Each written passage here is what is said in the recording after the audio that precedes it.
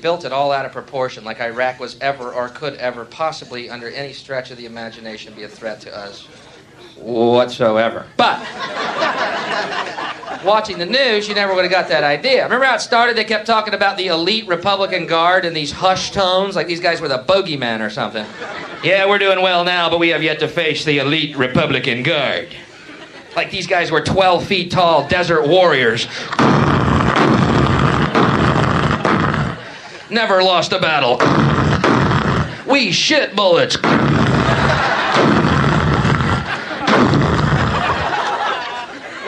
Yeah, well, after 2 months of continuous carpet bombing and not one reaction at all from them, they became simply the Republican Guard. Not nearly as elite as we may have led you to believe. And after another month of bombing, they went from the elite Republican Guard to the Republican Guard to the Republicans made this shit up about there being guards out there.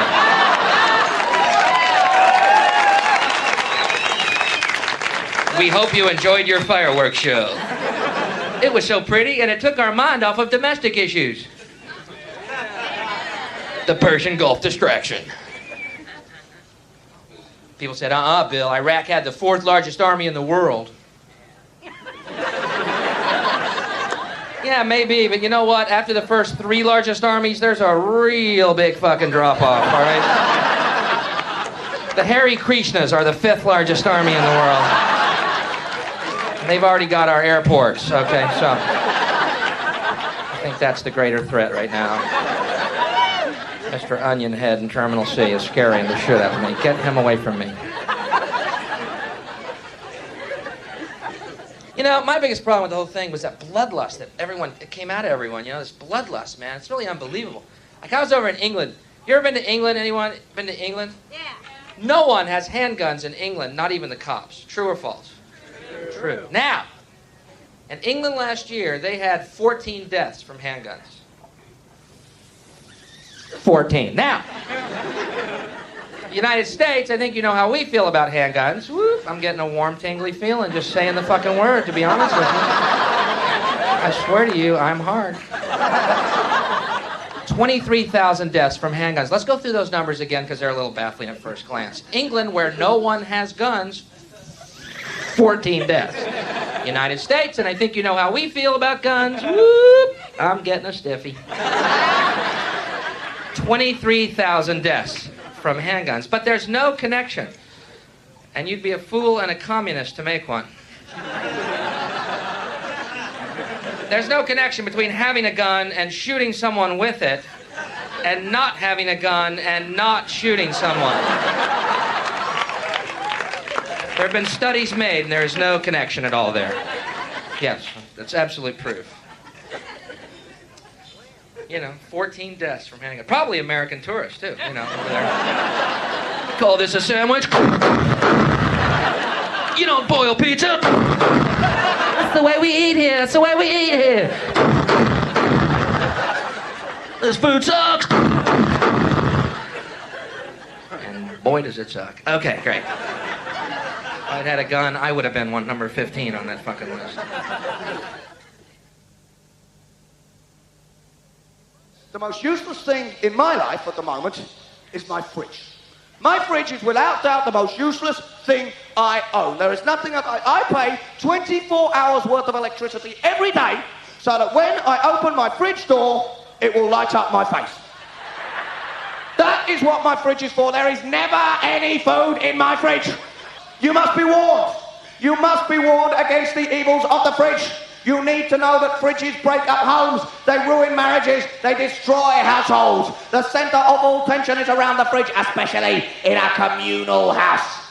A communal house is one where people live together pretending to be friends, but really it's just because they can't afford the fucking rent. Well, I wouldn't clap if I were you. Who's sitting next to you? Why are you fucking clapping at that? Communal houses destroy fridges, fridges destroy communal houses. Everybody who uses a fridge in a communal house is a fridge bastard. Now the first and the worst fridge bastard in a communal house is this gentleman. Mr. Hey look, it's only a sausage.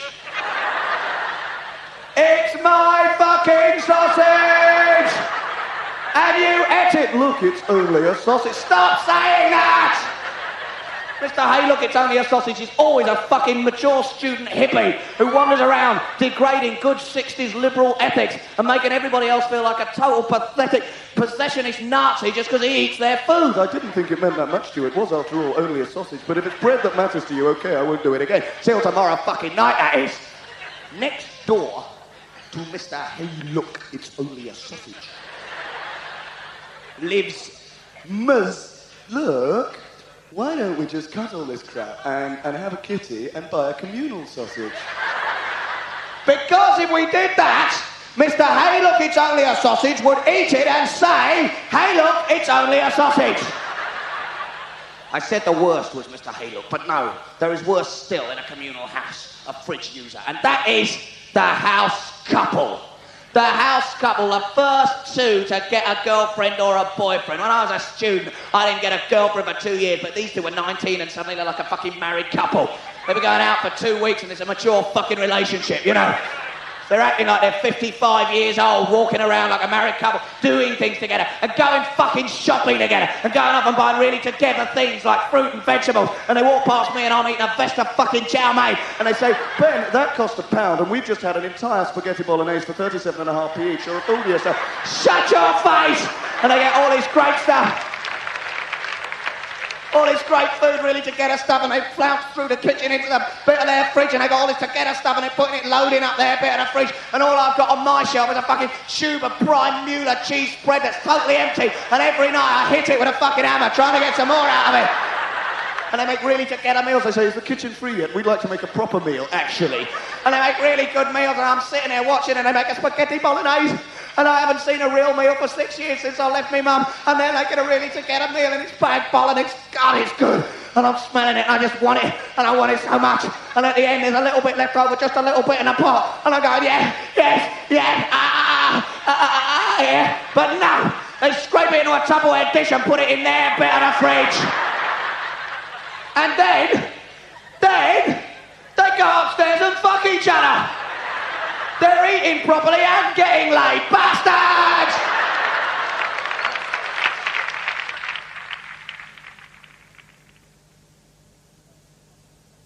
Have you got all these props ready then? Yeah, it's all ready, yeah. Good, so what is it we're doing? Oh, right, what I thought we'd do is Trevor and Simon's pop quiz competition time. Oh, that's a good idea. So how do we do it then? Is it like teams or individuals? Well, it's individual, actually. It's just you. But it's quite simple. What I do is I ask Simon some questions, and any questions he gets right, I give him a point. Any questions he doesn't, and I won't. It's simple as that, really. Trev, what about the audience? They paid good money to see this show. I know, yeah, all right, I'm sorry, but the room's a bit too big, and there's far too many of you for you to actively participate. But please feel free to play the game inside your own head, OK? Sit back and let Simon do all the work. It's going to be a battle of laughs, isn't it? Oh, I'll tell you what, all right, to make it a bit more fun, we'll split the room down the middle. Let's say about there, OK? Right, so this half of the room, you're on my team, and this half of the room, you're on my team as well, OK? So, let's hear it from my team! Trev, wait a minute, what about my team? Oh, OK, all right, Simon's team, that's you, lady, just down there, OK?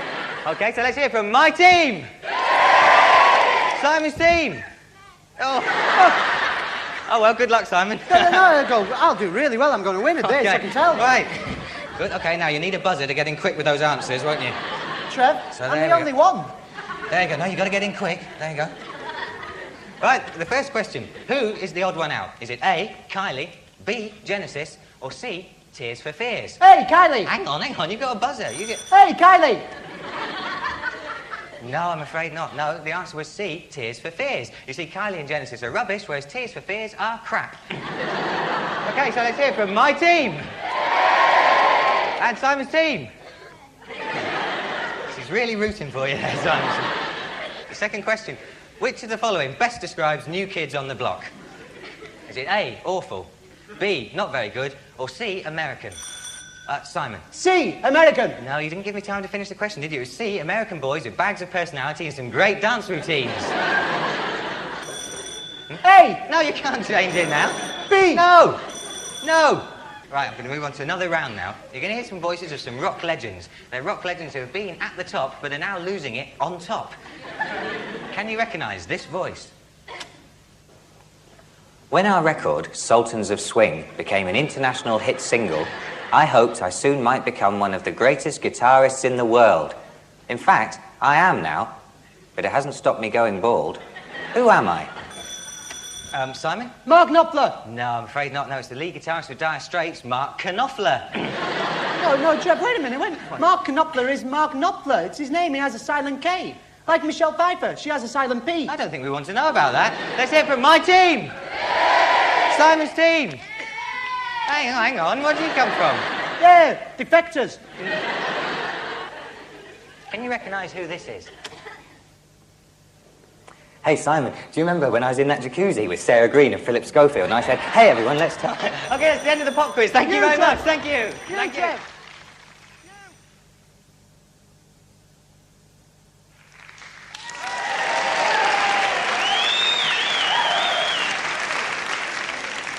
I'm actually a journalist. I'm a gossip columnist on What's On in Stoke Newington. Yeah, you might have seen it. It's a big piece of paper with fuck all written on it. You know?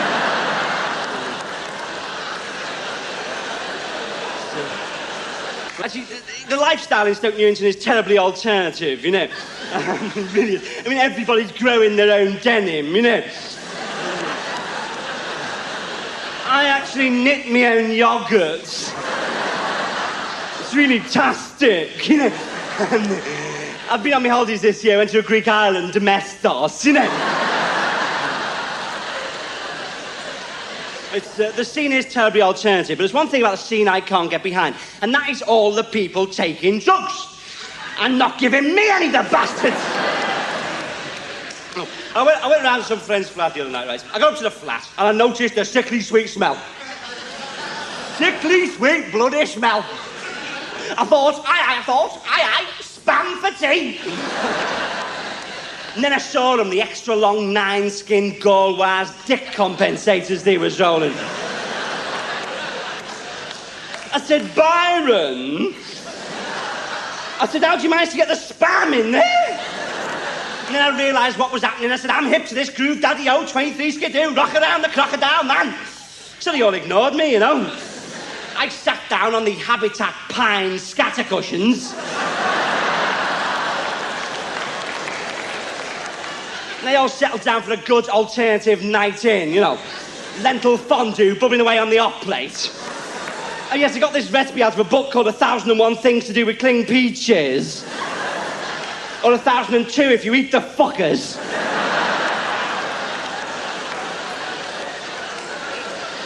And he put the child into his Victorian night smock. Made it look like an extra from Tess of the D'Urbervilles. And they're all sitting there, right, with tea cozies on their heads, telephone core wire coming out of them. They're all weekend white Rastafarians. They all live on the front line in Hemel Hempstead. And he lit up the joints, right? Lit up the joints. Oh, fucking hell, yeah. Oh, wow, yeah, did you strip those floorboards yourself? Oh, it's like fucking Norway in here, man.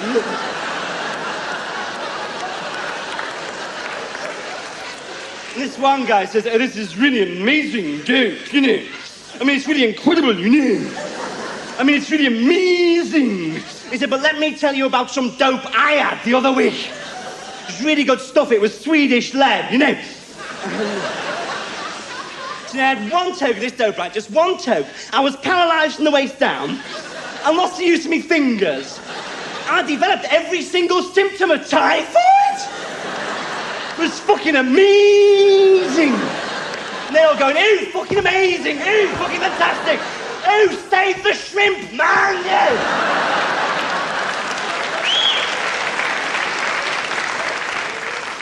So this second guy, right, another civil servant. It says, well, actually, I've been taking coke, you know, cocaine. And it's really good stuff. It's only about 9/5 Harpic. It said, like, it's TFM, you know, it's too fucking much. So I had one snort of this coke, right, just one snort. And I went blind for a fortnight. It was fucking amazing. And then I'll go, ooh, fucking amazing, ooh, fucking fantastic. Ooh, save the Morris Minor, man, yeah! Morris Minor is like being inside a 50s radio, isn't it? See him all peddling away. Look, he's Notty the social worker. Shut!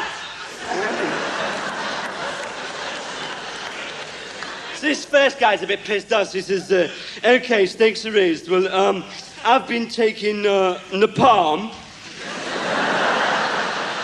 I've been roasting the phone in the oven and then taking it through my kneecaps. He said, I've been taking acid, you know. So I dropped a couple of tabs round at Kenny and Dave's, you know, round the squat, you know. And it's really nice they're making an effort. They're using a pig on a string as an air freshener.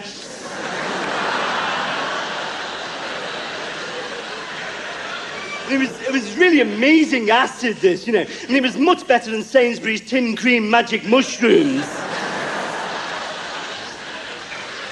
It seemed like we dropped these 2 tabs, you know, and our brains started to throb, and I didn't think Kenny and Dave had any brains left after Nebworth. Well, who fucking would have? 9 hours of Santana. 18 quid for a fucking lentil burger, God. It was like the First World War. Of course, they had heavy metal then, but it was called shrapnel in those days. Thank you, good night.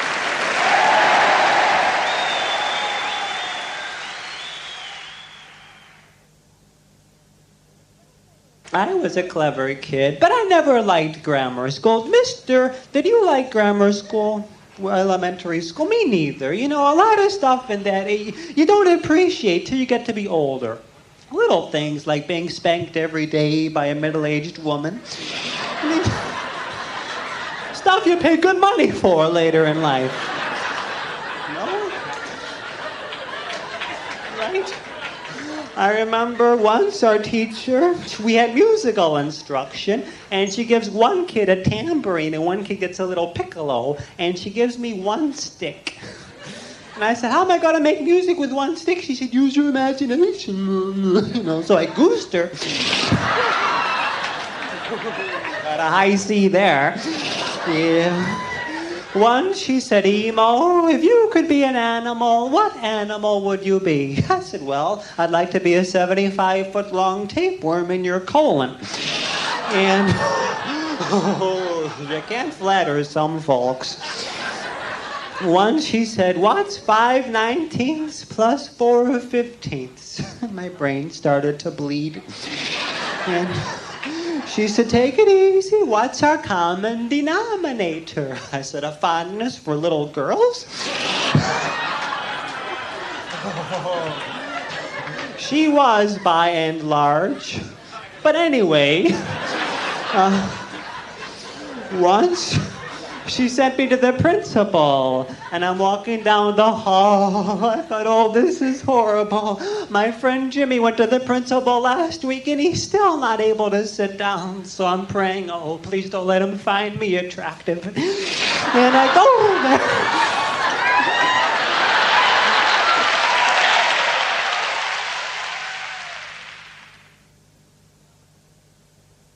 Is that you, Brian? Yes, Father. What time of night do you call this thing? It's 4 o'clock in the morning, Father. Oh, 4 o'clock in the morning, you, my boy. I've been sitting here since 11:30, wondering what's happened to you.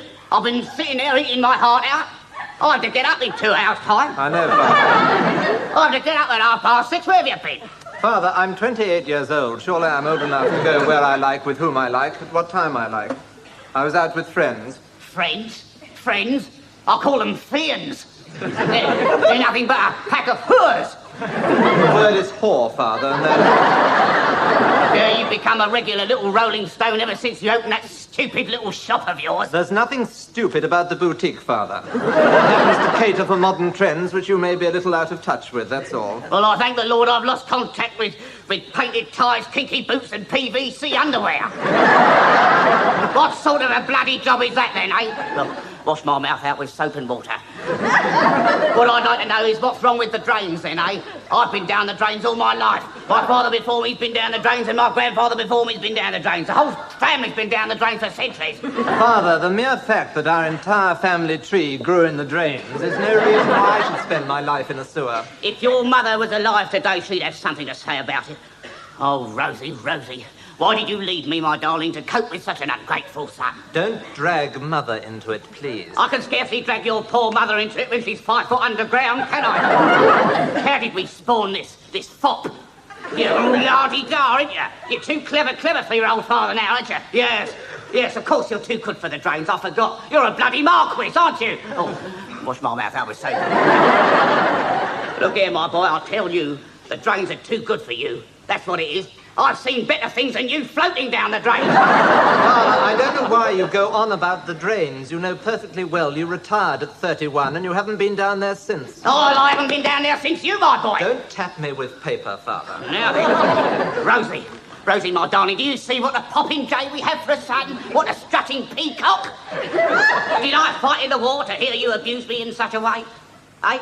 Did I? I've no idea, Father, if indeed you did fight in the war. If indeed I did fight? Oh, if indeed I did fight you, my boy. What's this then, eh? Tell me what this is. Tell me what that is then, go on. That's your navel, Father. Really? That's funny. I thought I contracted that on Dunkirk on the beach, crawling on my hands and knees to preserve you, eh? Father, if that's a war wound, I think you'll find I've got a similar one under my shirt. I don't want to see under your shirt. I don't want to see under your shirt. You disgust me. Now then, you come in here all hours of the morning, smelling of honey and flowers and reading your Poncy magazines and mixing your Bloody Marys, all soap and water. I've got a good mind to give you a good hiding. I've got a good mind to take my belt off to you. I wouldn't do that, Father. Your trousers will fall down. Very funny, very amusing, very witty. Oh, yes. Wouldn't have had that sort of treat from you when you were a little boy. You're such a lovely little boy. My golden-haired beauty, you were.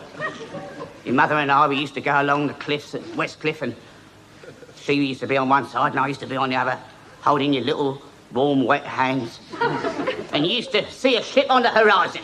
You used to say, Daddy, what's that? I used to say, it's a ship. You never ask me that anymore, do you? You don't have to ask me anything, do you, eh? Fancy pants. All you need to do is go strutting down the King's Road every Saturday afternoon, showing off to your fiends.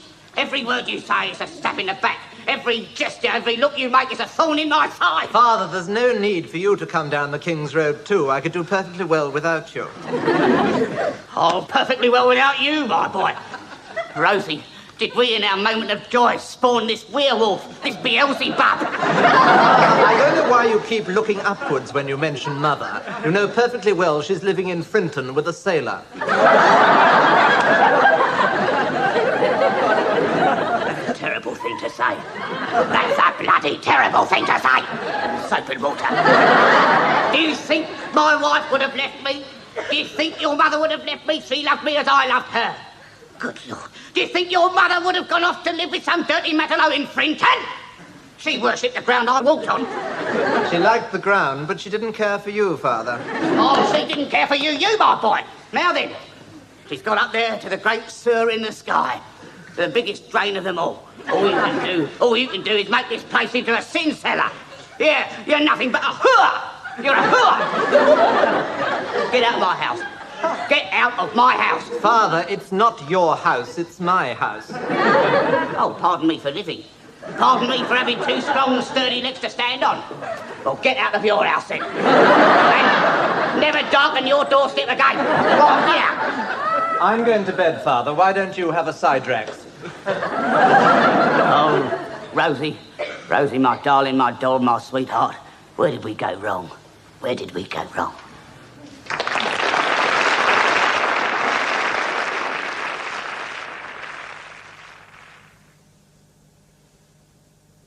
Towns in front of handfuls of hillbillies lately, and been doubting my own existence. I've noticed a certain anti-intellectualism in this country. Have you noticed that? Ever since around 1980, coincidentally enough. Last week I was in Nashville, Tennessee. After the show, I went to a Waffle House. I'm not proud of it, but I was hungry. And I'm sitting there and I'm eating and I'm reading a book, right? I'm alone, I don't know anybody, I'm eating and I'm reading a book. Fine, right? Waitress comes over to me. What you reading for? I said, wow, I've never been asked that. God dang it, you stumped me. Not what am I reading, but what am I reading for? I guess I read for a lot of reasons, but one of the main ones is so I don't end up being a fucking waffle waitress. Yeah, that'd have to be pretty high on the list. Then this trucker in the next booth gets up, stands over me and goes, "Well, looks like we got ourselves a reader." What the fuck's going on here? It's like I walked into a Klan rally in a Boy George costume or something, you know? This is a book I read. Am I stepping out of some intellectual closet here? There, I said it. I feel better. I'm telling you, man, there's some serious pockets of humanity out there. Go to some of these truck stops in the middle of nowhere, order coffee. Guy behind the counter goes, "You want the 32 ounce or the large?" Shit, how big is that large? You gonna want to pull your car around back. I'm gonna start the pump. Oh, boy, that sounds like a lot of coffee, man.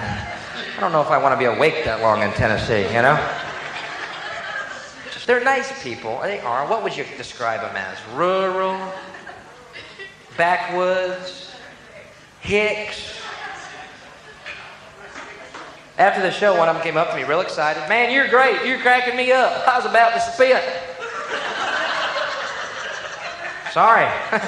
Said, "No, I loved it. I'd like you to meet my wife and sister." And there was one girl standing there.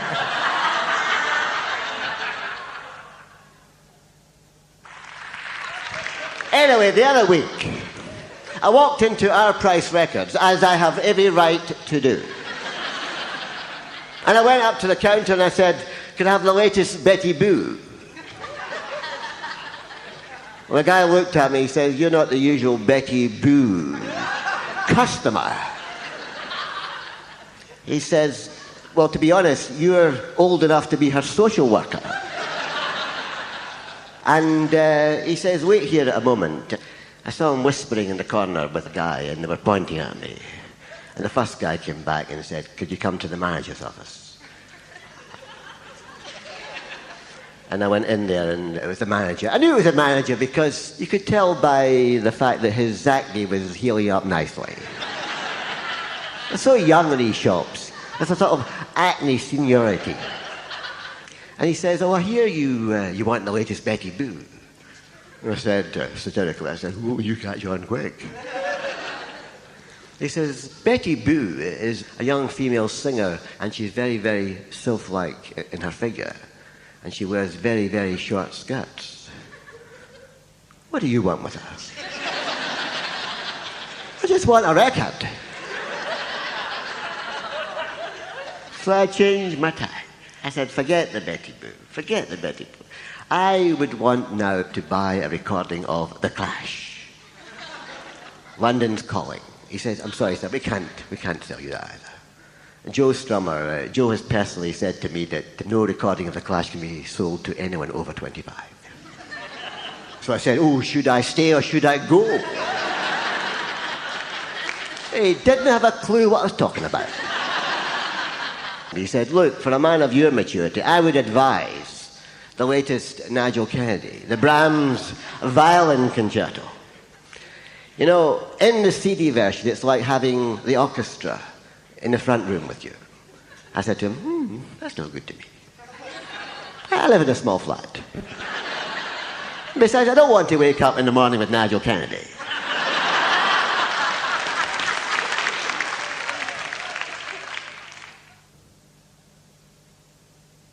There are 5 levels of drinking. 6 if you live in a trailer park.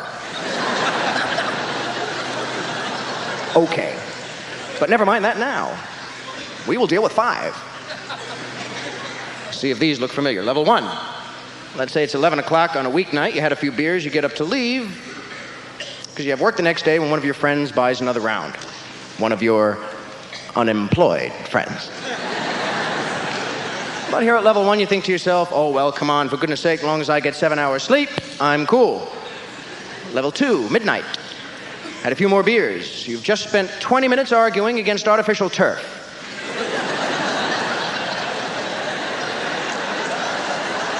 You get up to leave again, but at level 2, a little devil appears on your shoulder. And now you're thinking, "Hey, I'm out with my friends. What am I working for anyway? Besides, why, as long as I get 5 hours sleep, I'm cool. Level 3, 1 in the morning. You've abandoned beer for tequila.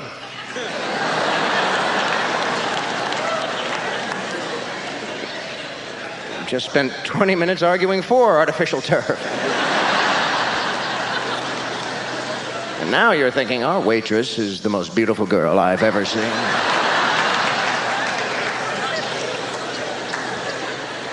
Was he at level 3? You love the world. What a feeling. Oh. On the way to the bathroom, you buy a drink for the stranger at the end of the bar just because you like his face. You get drinking fantasies. Fellas, hey, fellas, if we all bought our own bar, we could live together forever.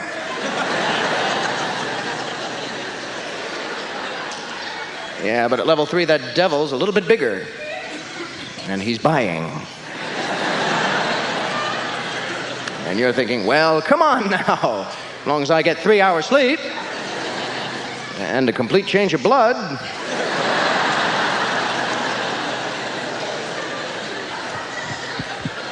I'm cool. Level 4, 2 in the morning. And the devil is bartending.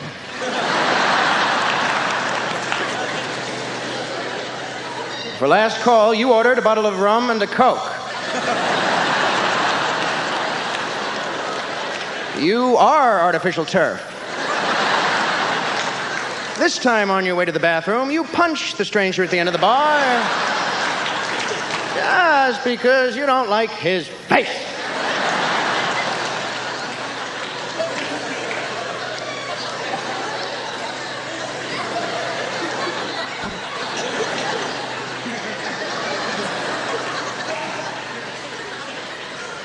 And now you're thinking, our busboy is the best looking man I've ever seen.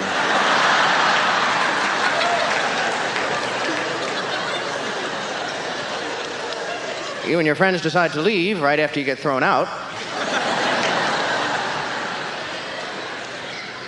And one of you knows an after-hours bar, and here at level 4, you actually think to yourself, well, as long as I'm only going to get a few hours sleep anyway, I might as well stay up all night. Well, that'd be good for me.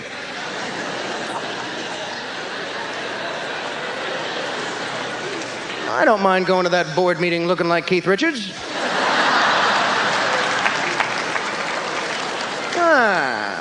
Besides, as long as I get 31 hours sleep tomorrow,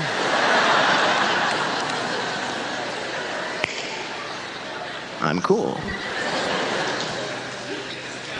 Level 5, 5 in the morning.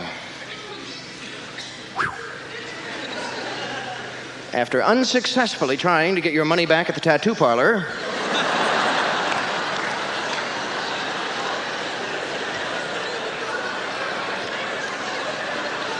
yeah, but I don't know anyone named Ruby.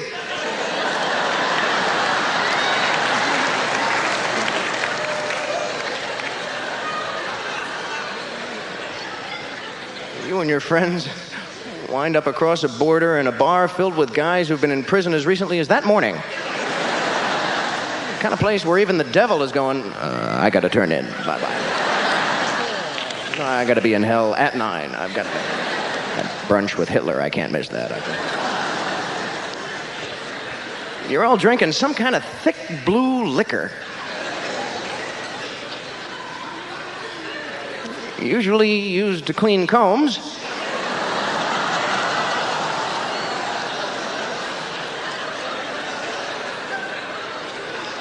A waitress with fresh stitches in her head comes over.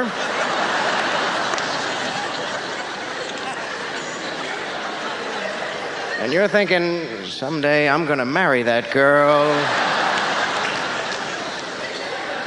Suddenly, one of your friends stands up and screams, "We're driving to Florida!" and passes out. You crawl outside, you hit the worst part of level 5. The sun. Oh, man. wow, you walk out of a bar in daylight and people are on their way to work or jogging, and they look at you, and they know. And they say, "Who's Ruby?" Look, folks, let's be honest. If you're 19 and you stay up all night, it's a victory. It's like you beat the night. You remember that feeling.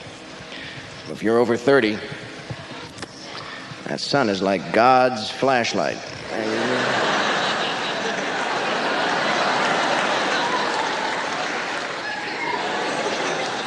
We all say the same prayer then. Say it with me now. I swear I will never do this again. How long? As long as I live. And some of us have that little addition, and this time, I mean it.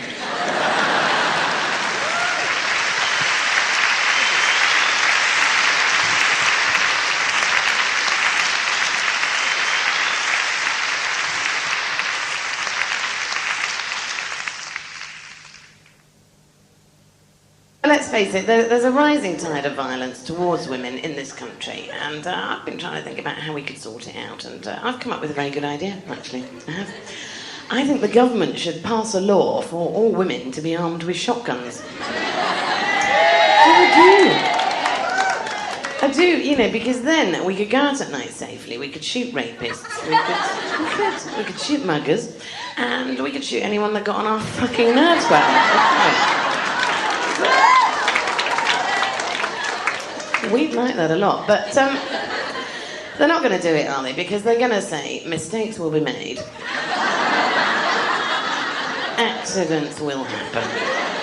I mean, for example, you know, you might shoot a skinhead in the leg when you're meant to kill the little bastard. So, because I think you've got to agree, you know, that some blokes just like violence, don't they? They do. They like a good rumble. They like to go out Friday night, get pissed, headbutt someone, don't they? And, you know, because we haven't had a decent war in this country for quite a long time, they have to do it at the footy now, don't they? Do it down the football. And women's football isn't violent, is it? Why not? Because I don't play it. I think that's the answer, probably. But, you know, let's face it, women's football hasn't really got off the ground, has it? Because men just take the piss out of it all the time, don't they? I think they just assume the woman pops the ball in her handbag and gets her husband to drive her up to the goal on the way to the shops or something. Actually, I wish it was like that, because it'd be a fucking brilliant game, wouldn't it? Because you just get in the car and go up the shops and say, I had a great game of footy this afternoon, girls. Oh. Did anyone have a flutter on the old Grand National a few weeks ago? Wasn't that marvellous? Great British institution, cocked up. Oh, I love it. Now, and the thing was, I don't know if you read in the papers, because they actually said the reason that the race was initially held up was because there were animal rights protesters on the course. No. It was actually me and a few of my mates down at Beecher's Brook with a barbecue and a box of sesame seed buns. Waiting. Well, because a lot of them don't make it over, do they? Seems a shame to waste, I thought.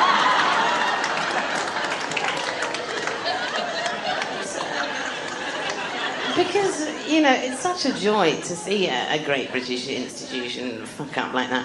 I thought what I'd do is I'd write a little song to commemorate the Grand National, and because they're all fucking posh people that run it, I thought what better tune to use than that great old socialist anthem, The Red Flag. So here we go. The steward's flag is deepest red. He's waved it once over his head. The jockey set off down the track, but this time they're not coming back. So raise the tape and start the race. It's stuck round some poor bastard's face. Give that bowler-hatted twat the sack. I want me fucking fiver back.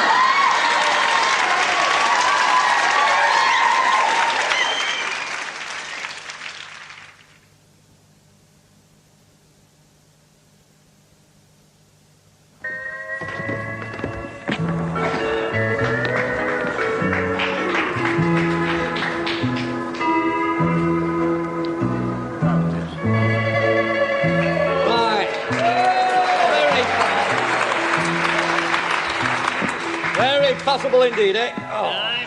You can't beat a good glass of Chateau de Chasselet, eh, Josiah?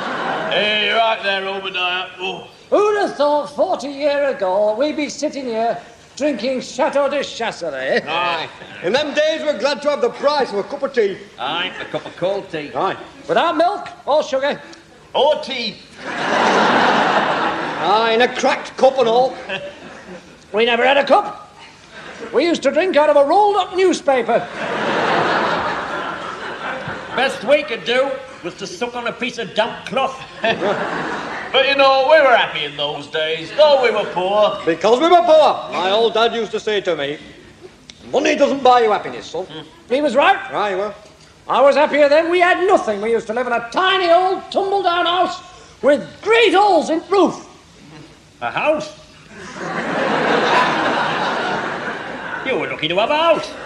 We used to live in one room, 26 of us, no furniture, and half the floor was missing. Huddled in one corner for fear of falling.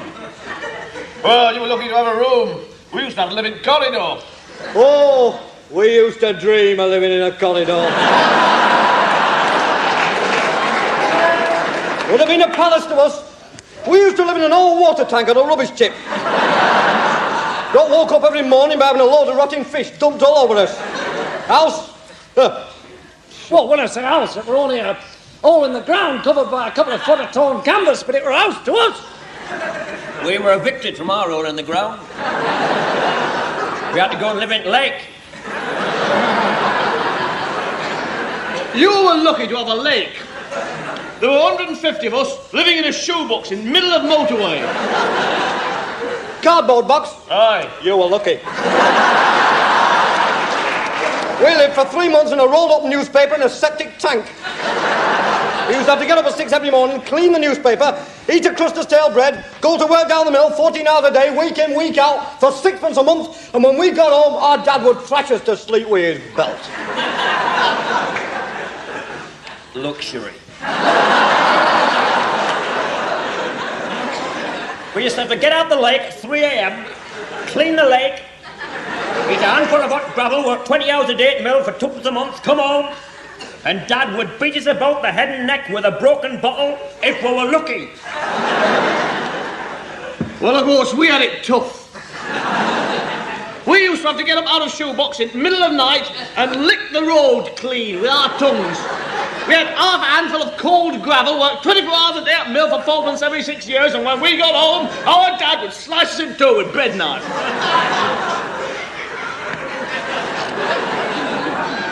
Right. I used to get up in the morning at 10:30 at night, half an hour before I went to bed. Eat a lump of freezing cold poison, work 28 hours a day at mill, and pay mill owner to let us work there. And when I got home, our dad used to murder us in cold blood each night and dance about on our graves singing Hallelujah.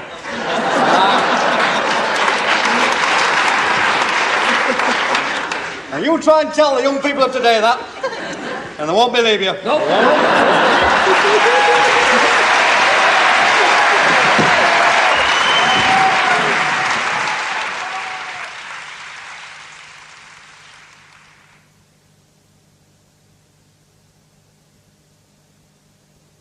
Ah, come in, come in. Crichton ushered them in from the airlock. How lovely to meet you, he said, and bowed deeply. Charmita! Said Rimmer, speaking too loudly. What a delightful craft! Reminds me of my first command. He turned and hissed to Lister. Call me Ace. Lister pretended not to understand and walked off down the spotless new painted white corridor after Crichton. The cat flossed his teeth one last time and followed them. Crichton walked round the corner and down the ramp onto the service deck. Well, here they are, he said. Without looking where Crichton was beckoning, Rimmer bent down on one knee and swept his cap in a smooth arc. Charmita! He purred. Lister and the cat tumbled in behind him. Their eyes met the hollow sockets of the 3 grinning skeletons sitting around the table. There was a very, very long silence. It was followed by another very, very long silence. "Well?" said Crichton, a little upset. "Isn't anybody going to say hello?" "Hi," said Lister weakly. "I'm Dave. This is the cat, and this here is Ace." Rimmer still hadn't closed his mouth from forming the final vowel of Charmita. Lister leaned over and whispered to him, conspiratorially. "I think that little blonde one's given you the eye cap." "Now," Crichton clapped his hands, "you all get to know one another, and I'll run off and fetch some tea." He staggered off up the slope. "I don't believe this," said Rimmer, massaging the H on his forehead. Lister looked at him. "Be strong, big man. Our one contact with intelligent life in over 3 million years, and he turns out to be the android version of Norman Bates." "So, they're a little on the skinny side," said the cat, ever hopeful. "A few had dinners, and who knows?" Crichton raced back down the slope, carrying a tray which held several plates of triangular-shaped sandwiches, a pot of steaming tea, and a plate with 7 of his precious chocolates on it. As he laid out the cups on the table, he looked up, suddenly aware of the lack of conversation. "Is there something wrong?" he asked. "Something wrong?" said Rimmer, aghast. "They're dead." "Who's dead?" asked Crichton, pouring some milk into the cups. "They're dead." Rimmer waved at the 3 skeletons. "They're all dead." "My God!" Crichton stepped back in horror. "I was only away 2 minutes." "They've been dead for centuries." "No." "Yes." "Are you a doctor?" "You only have to look at them," Rimmer whined. "They've got less meat on them than a chicken nugget." Well, what am I going to do?" Crichton stammered. "I'm programmed to serve them." "Well, the first thing we should do is, beddy them," said Lister quietly. "You're that sure they're dead?" Rimmer sighed. "Look, there's a very simple test." He walked up to the head of the table. "All right," he said. "Hands up any of you who are alive." Crichton looked on anxiously. To his dismay, there was no response. He made frantic signals, coaxing the girls to raise their hands. "Okay," said Rimmer finally. Crichton's shoulders buckled, and he dropped limply into a chair, totally defeated. He took a sonic screwdriver from his top pocket, flipped a series of release catches on his neck, removed his head, and plonked it unceremoniously down onto the table. He located his shutdown program and switched himself off.